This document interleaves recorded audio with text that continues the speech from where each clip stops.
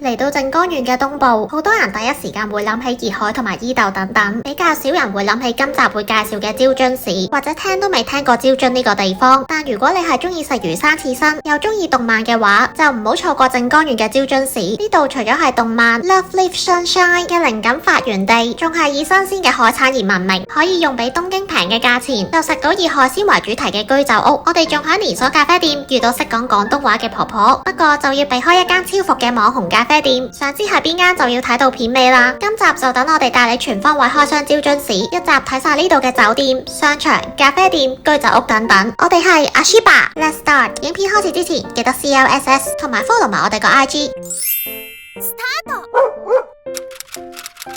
今次我哋係由東京站出發，搭東海道本線去招津，車程大約係2個鐘頭左右，車費就大約係2420 yen。響招津嘅 JR 站已經見到好多 Love Live Sunshine 嘅 poster。我哋首先會開箱今次嘅住宿酒店，今次會住響招津大和老內酒店，由招津站嘅北口行過去酒店，大概需要3至5分鐘左右。稍後會開箱埋沿途經過嘅商場，沿途都仲有 Lawson， 呢間都算易買到 PTCG 卡，而過咗 Lawson 之後直行就係酒店。另外呢間酒店嘅對面仲有幾大間嘅71，咁就又可以買卡啦。講返今次間酒店先，呢間就係今次嘅住宿酒店，佢係大和集團旗下嘅酒店，可以響佢嘅官網預約房間，又或者用我哋 KKday 嘅專屬連結去預約呢間酒店，連結已經放咗喺 info box。呢度嘅雙人房唔包早餐嘅話，每晚大約係港幣494蚊左右。當然呢個價格只供參考，以網站嘅最新價格為準。一行入去直望就係酒店嘅餐廳，即係食酒店早餐嘅地方。而搭 lift 上一層去2樓就會有 check in 嘅櫃台，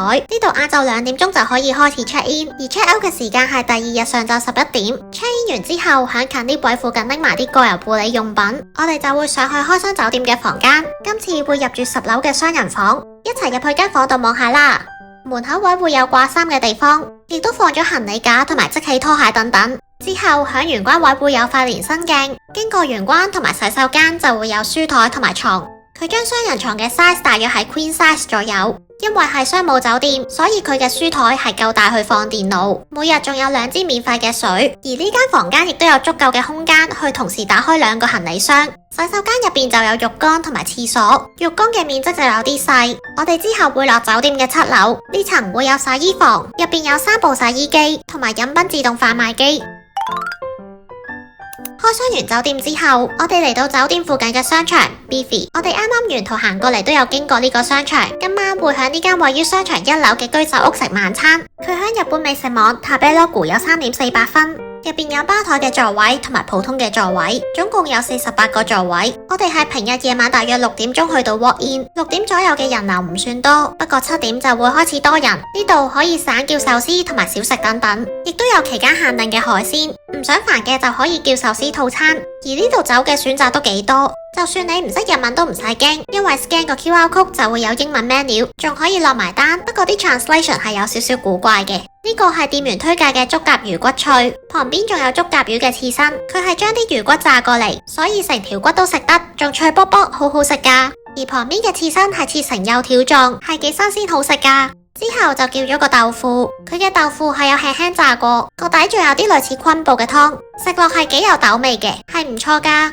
跟住就叫咗一個13罐嘅壽司套餐，呢個大約係3800 yen 左右。佢會有唔同種類嘅壽司，包括三文魚、吞拿魚、軍艦壽司等等。壽司上面嘅刺身都好厚切，又新鮮好食，性價比係幾高噶。而喺咁多款入邊，我哋最中意佢嘅軍艦壽司，所以另外再散叫多2件。呢2款軍艦壽司係加入咗靜岡縣嘅特產，分別係櫻花蝦同埋白飯魚。推介嚟到一定要食呢2款。跟住仲叫咗吞拿魚醬卷同埋隻燒帶子壽司。試咗嗰隻燒帶子壽司先，佢嘅帶子都係好厚切，食落彈牙得嚟又鮮甜，所以個吞拿魚醬卷相比之下就比較普通，呢個就可以唔使嗌。最後仲叫咗個茶碗蒸，入邊都係放咗靜岡縣嘅特產櫻花蝦，佢個蛋係好滑又有高湯味，呢個都係必食推介。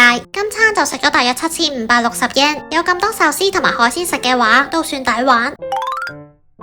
食完嘢之後，仲可以上嚟呢個商場嘅3樓，呢層係有超大間嘅 Thread Planet， 有齊夾公仔機、Love Lift 主題區、遊戲機、老虎機、彈珠機等等。不過啲夾公仔機嘅爪係有啲鬆嘅，同埋我哋真係太廢，咩都夾唔到，最後淨係扭咗個蛋就返酒店咯。如果你中意 Love Lift 嘅話，就記得要去埋1樓嘅專門店先走啦。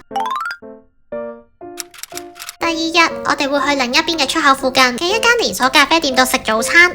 就係呢間啊，佢係走名古屋風嘅靜岡連鎖咖啡店，由酒店行過嚟大概需要11分鐘左右，而佢喺 Tabelog 嘅評分係唔高。選擇嚟呢度係因為其中一位員工係一位識講廣東話嘅婆婆，佢好好人噶，嚟到記得要揾佢傾下偈。講翻呢度嘅早餐先，佢係有啲似抗美大嘅早餐，都係有多士、蛋同埋咖啡，亦都可以選擇將多士轉做飯團，食物嘅味道就正正常常啦。不過杯咖啡係有驚喜噶，連鎖咖啡店嚟講嘅話，算係唔錯。